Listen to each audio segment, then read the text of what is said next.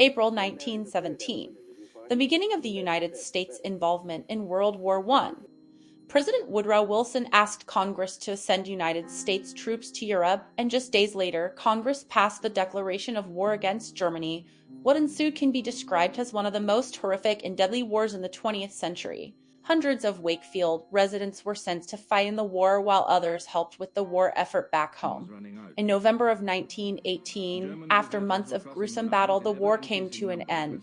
Following the return of these soldiers, the City Commission of Wakefield, comprised of Mayor Alvin Rummel, Frank Hook, William Hornibrook, William Hart, and Herman Stroff, commissioned the creation of a new building dedicated to those lives lost during the war, as well as to honor those brave soldiers who returned home to Wakefield. Working with both the Erbst and Kewensley Company and the Albinson Construction Company, the Memorial Community Building of Wakefield was born. In 1920, concept paintings were created for the new building, and just 1 year later, in 1921, construction began on the new building with an estimated cost of $18,436.61. As time went on, various adjustments were made and new ideas were passed around for what the building could hold. At its completion, the new building totaled in at $300,000 from groundbreaking to its opening. In March of 1923, the doors were opened to the public.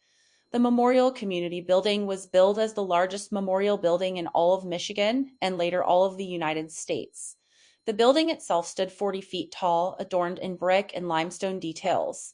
In the theater, 12 stained glass windows were created to memorialize the United States' role in World War I.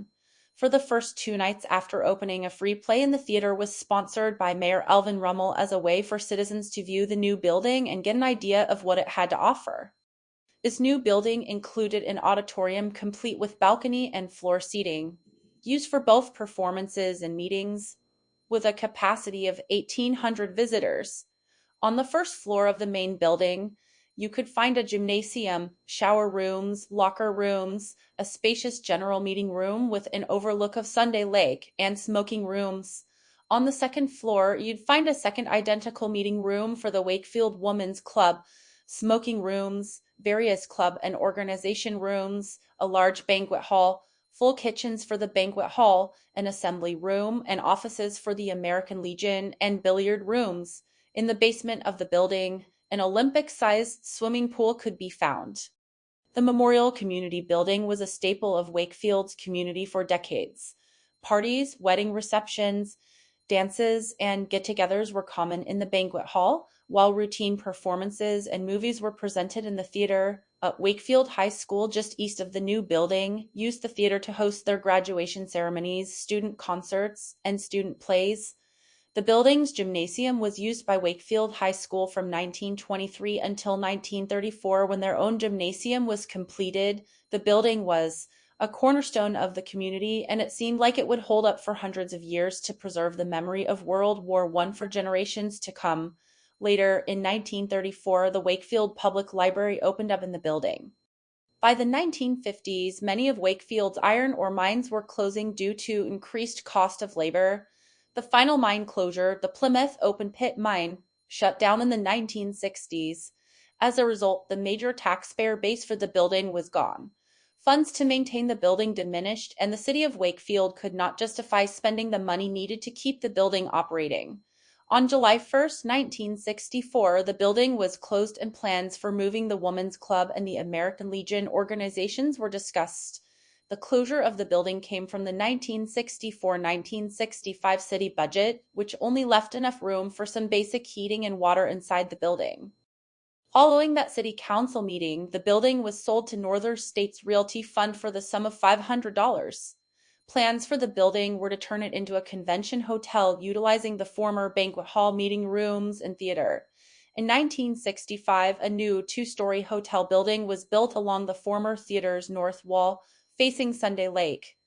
The Memorial Community Building officially became the Wakefield Motor Lodge. A second addition on the west side of the building was built to house the Big Wheel Supper Club, a restaurant and bar owned and operated by the owners of the Wakefield Motor Lodge. The Wakefield Motor Lodge and the Big Wheel were later sold by the Northern States Realty Fund to the D.W. Investment Corporation of Milwaukee, Wisconsin for an undisclosed amount, expected to be in the six-figure range. The new manager of these businesses was Alex Vodenlake, who expressed an interest in restoring the theater and pool for public use. Alex worked together with the Wakefield Chamber of Commerce and the Wakefield Board of Education to make a plan to get those amenities up and running in a month. Eventually, the theater was opened back up, showing movies occasionally. As the years went on, the Wakefield Motor Lodge and the Big Wheel Supper Club operated, although little was done to restore the Memorial Community Building itself. In February of 1980, both businesses were shut down as a result of multiple failed mortgage payments. The mortgage loan, opened with the First National Bank of Wakefield, showed that the Wakefield Motor Lodge and the Big Wheel Supper Club owed over $500,000 plus interest in debt since their purchase of the building in 1977. As a result, the building was put up on public auction. The building was acquired yet again by Gerald Martiella, who took over the hotel and renamed the restaurant Roby's Restaurant and Bar. Plans for a small cities grant were discussed to expand the hotel. In 1990, the mortgage of the building was handed over to the state of Michigan and was put on public tax auction again. The highest bidder of this auction was Yvonne Balling of Grass Lake, MI, who bought the building for $19,050. Yvonne's ideas were to initially restore the building to how it was in the 1920s, but later the idea was changed to restore and revamp the building by turning it into a conference center complete with a restaurant, bar, theater, pool, and flower and gift shops. However, these ideas never materialized, and after a severe ice buildup on the roof preventing drainage, the theater's south wall collapsed in entirely, taking the balcony and part of the stage down with it. On August 27, 1996, a meeting was held by the city of Wakefield regarding the state of the building. Yvonne had applied for some grants and struggled to find contractors to replace the roof, which was about 1/4 of the way gone. She also suggested renting out the building as office spaces to help raise money for much-needed renovations. It was determined by the city's building inspector that the building was unsafe for human occupancy, and it was voted to condemn the building after 30 days. Soon after, an agreement was reached between Yvonne, her father James, and the city of Wakefield to extend the condemnation process, giving Yvonne 90 more days to show significant improvement on the building. Her new plans included plans to build a coffee shop, small stores, and renovation of the theater with the intention of using it to show performances and movies again. In September of 1996, Yvonne was contacted but did not respond, and a 30-day notice was given for the building's condemnation. Yvonne later stated that the building was, in fact, structurally sound and that she would be willing to sell the building for around $100,000 with the land and the value of the stained glass windows in the dilapidated theater. No sales took place. Well into the early 2000s, no improvements were made on the building. Yvonne was contacted, but she appeared to have abandoned the restoration projects. On January 31st, 2002, the City Council met again regarding countless unsuccessful attempts to contact Yvonne. It was agreed that she would be given 60 more days to show any signs of improvement, most notably the destroyed theater, the roof problem, and countless broken windows in the building's west side. In July of 2003, the former Memorial Community Building was sold to Marvin Zumi, a graduate of Wakefield High School in the 1960s who lived in California. Marvin's plan was to restore the building in its entirety to how it once was used in the 1920s. His plan was to move the city offices and library back into the building, to renovate the theater, and to restore the swimming pool in the basement. Marvin expressed great interest in restoring the theater and holding school activities such as graduation ceremonies and plays there again. His beginning amount for the project would be a $5 million agreement with the city for its full restoration, including the demolition of the former Wakefield Motor Lodge building.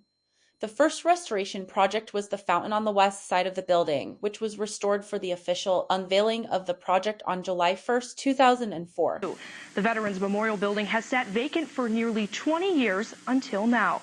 TV6's Bill Paulson has more. It has been a hope and a dream of mine for as long as I can remember to restore this building to the purpose and the intent of our forefathers who built this back in 1920. 80 years plus since it's been built. but now this is a new beginning.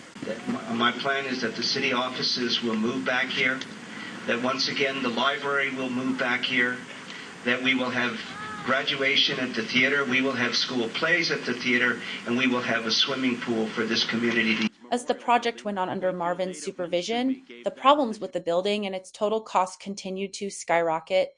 Marvin continued to contract companies to restore the building, but soon after it was determined that the building was a total loss and was too far gone to be restored.